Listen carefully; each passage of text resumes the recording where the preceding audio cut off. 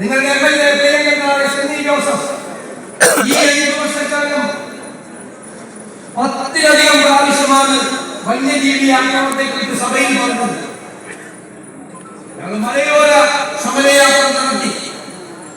വന്യമൃഗങ്ങൾക്ക് മുമ്പിലേക്ക് വിധിക്ക് കർഷകരെ വിട്ടുകൊടുക്കാൻ UDF തയ്യാറാണ്. സമരയാത്രയിൽ ഞങ്ങൾ വാക്ക് പറഞ്ഞിട്ടുണ്ട്.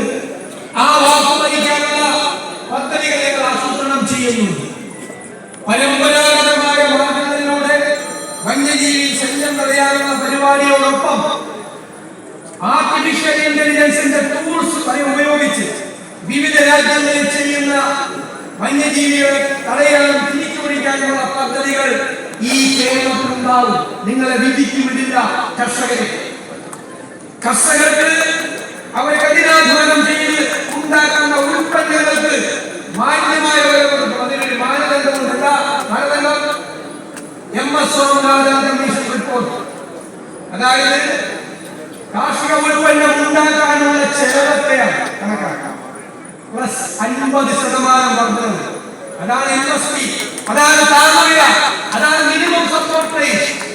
കർഷകരും അടുത്ത തലമുറയും അതിൽ നിന്ന് വിട്ടുപോകാതെ കാർഷിക മേഖലയിൽ അവരെ ഉറപ്പിച്ചു നിർത്താൻ സമഗ്രമായ പാക്കേജ്.